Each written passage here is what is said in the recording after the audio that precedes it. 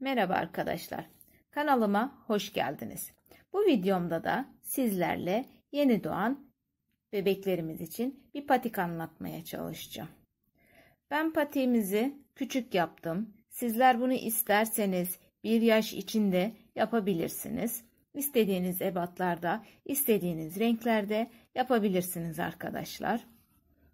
Ben tığımı 4 numara tığ kullandım. Sizler elinizin kalınlığına göre tığınızın numarasını küçültebilir veya arttırabilirsiniz. İşimize başlamadan önce arkadaşlar, kanalıma abone olmamışsanız kanalıma abone olup beni desteklerseniz çok memnun olurum. Videolarımı beğenip yorumlarınızı da yaparsanız çok sevinirim. Şimdi hep birlikte patiğimizi yapmaya başlayalım. Öncelikli olarak arkadaşlar 30 tane zincir çekiyoruz.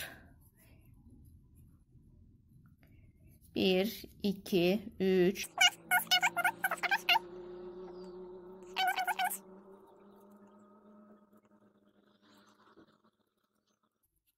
29 ve 30.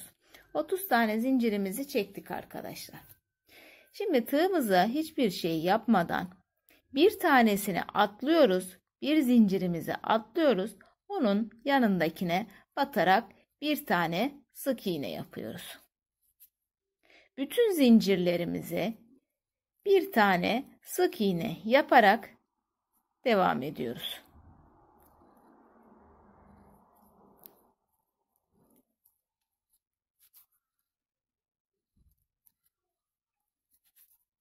Bütün zincirlerimize batarak birer tane sık iğne yaparak sıra sonuna kadar gelelim arkadaşlar.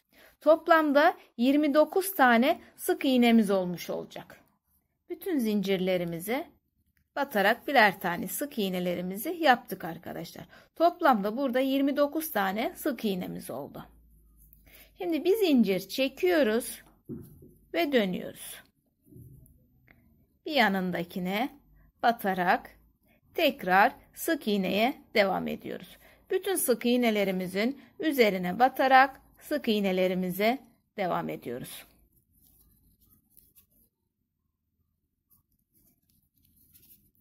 Sık iğneleri yaparak sıra sonuna kadar gelelim arkadaşlar. Tekrar bir sıra daha sık iğne yaptık ve sıramızı tamamladık arkadaşlar. Ve tekrar bir zincir çekiyoruz ve dönüyoruz. Yine sık iğne bir sonrakine batarak sık iğne yapıyoruz. İşlemlerimiz hep sık iğne arkadaşlar. Bu şekilde sık iğne yaparak toplam 17 sıra sık iğnemiz oluşacak arkadaşlar. Şimdi biz patiğimizin bu kısmını, kanadını yapmış olacağız. Toplamda 17 sıra yapalım. Daha sonra görüşelim arkadaşlar. Sıramızı tamamladık arkadaşlar. İsterseniz bunu 18 sıra da yapabilirsiniz. 17 sıra da yapabilirsiniz. Şimdi bir zincir çektik ve döndük arkadaşlar.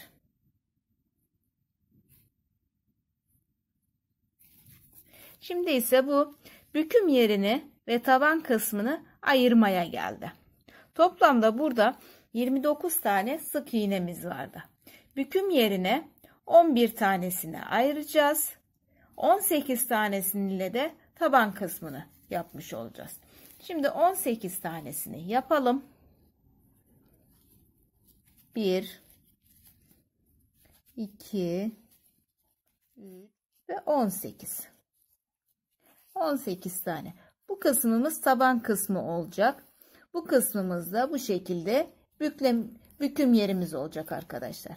Şimdi 18 tane yaptıktan sonra tekrar bir zincir çekiyoruz ve dönüyoruz. Tekrar sık iğnelerimize devam ediyoruz. Bu şekilde arkadaşlar toplamda 30 veya 32 sıra yapalım. 18 tane sık iğnemiz olacak. 18 tane sık iğnemizi toplamda 32 sıra yapalım. Daha sonra görüşelim. Sıramızı tamamladık arkadaşlar. Sıralarımızı yaptık. 32 sıra yaptık. Şimdi bu kanadı kadar burada 29 tane sık iğnemiz vardı. Burada da 18 tane sık iğnemiz vardı. Bunu şimdi tekrar zincir çekerek 29 tane sık iğne yapacağız. Yani diğer kanadını yapmış olacağız bu sefer. Şimdi burada bir zincir çekiyoruz. 5, 6, 7, 8, 9, 10, 11, 12. Bunu arkadaşlar karar olarak yapıyoruz. Şu şekilde patiğimizi katlıyoruz. Bakın, şu kısma kadar gelecek çektiğimiz zincir. Bu kısma kadar gelene kadar zincirimizi çekelim.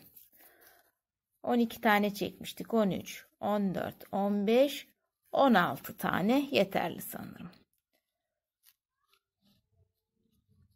Evet. Şimdi tekrar dönüyoruz. Burada 11 tane sık iğne yapmış olacağız bu zincirimizin üzerine. Bir tanesine atlıyoruz yine. 11 tane sık iğne yapıyoruz. 1, 2, 10 ve 11. 11 tane sık iğnemizi yaptık. Daha sonra yaptığımız parçanın üzerinden devam ederek gidiyoruz.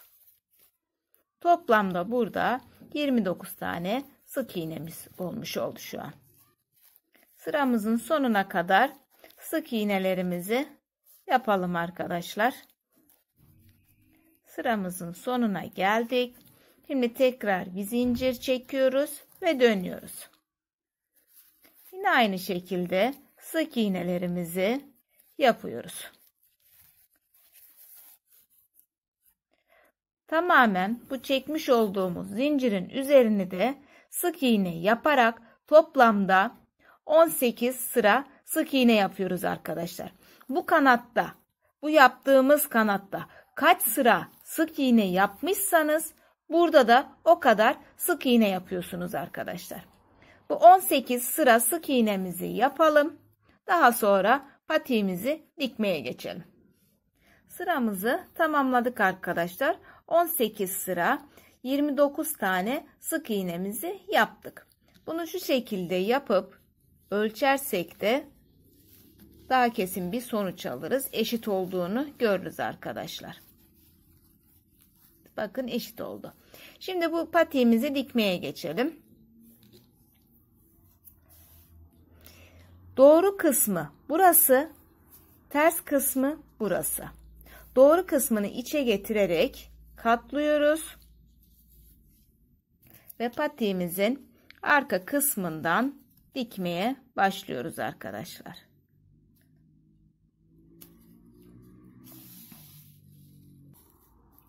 Patiğimizi bu şekilde arkadaşlar dikerek çepeçevre gelelim.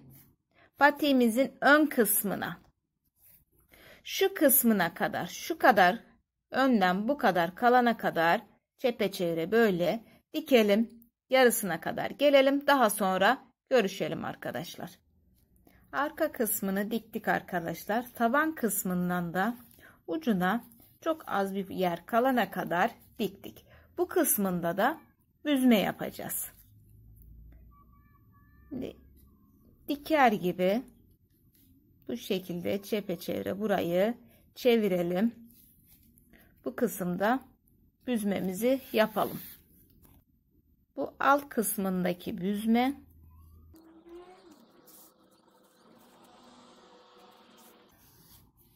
şimdi bu kısmımızı arkadaşlar bu ipimizi buradan çekerek büzüyoruz.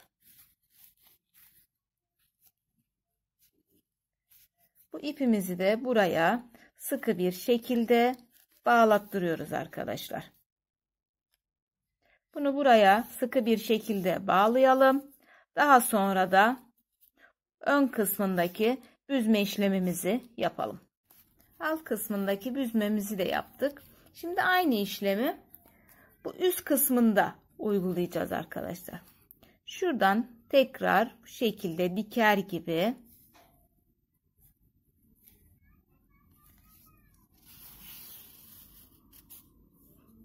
diker gibi bu şekilde çevirerek bu kısma kadar gelelim.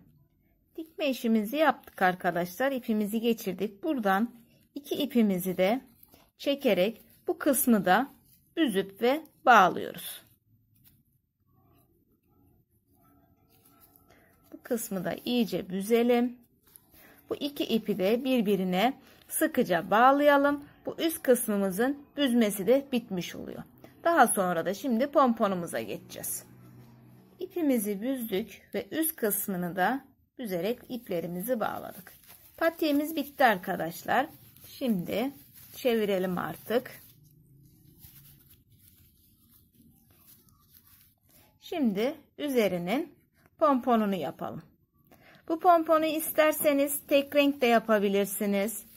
Çift renk de yapabilirsiniz. Ben çift renk tercih ettim. Sade beyaz da yapabilirsiniz. Ben mavi ve beyazı ikisini bir yaparak bir pompon elde ettim.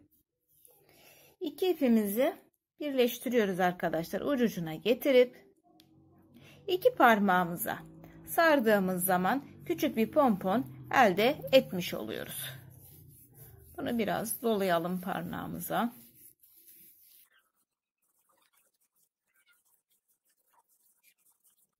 Bu kadar yeterli arkadaşlar. İğnemize ipimizi geçirdik. İki ucunu da bağlayarak iki parmağımın arasından şuradan iğneyi geçiriyorum.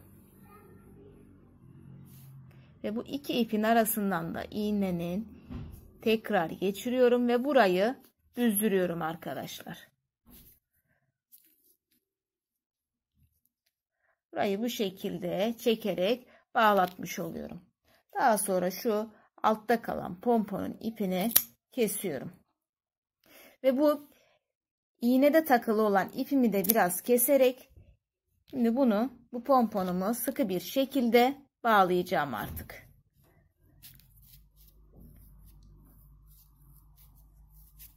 Elimden çıkartıyorum ve aynı zamanda da ara ara ipi bu şekilde sıkarak sıklaştırmış oluyorum.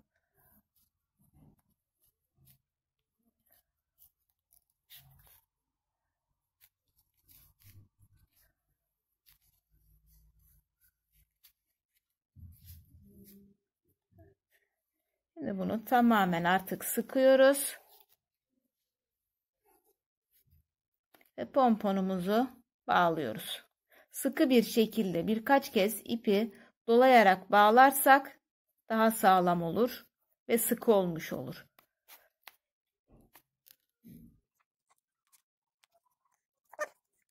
Pomponumuzu bağlayalım artık.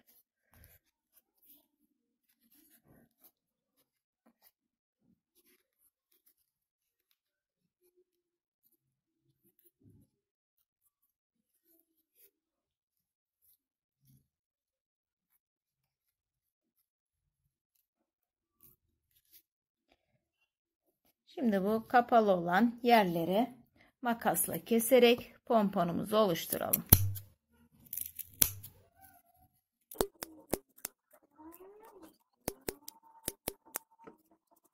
Şimdi bunun arkadaşlar uzunlarını keselim.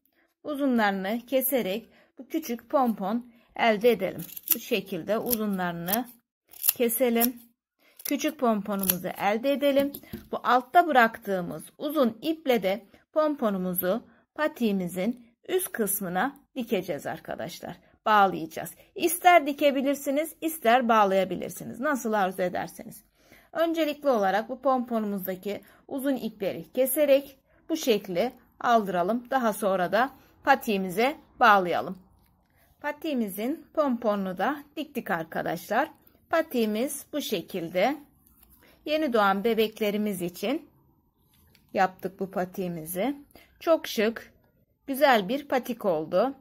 İyi günlerinizde kullanın. Sağlıklı günlerinizde, mutlu günlerinizde kullanın arkadaşlar. Kanalıma abone değilseniz kanalıma abone olup zil butonunu açarsanız çok memnun olurum. Videolarımı beğenip yorum yaparsanız memnun olurum. İyi günlerde kalın, sağlıklı günlerde, mutlu günlerde kalın. Hoşça kalın. Bir sonraki videomda görüşmek üzere arkadaşlar.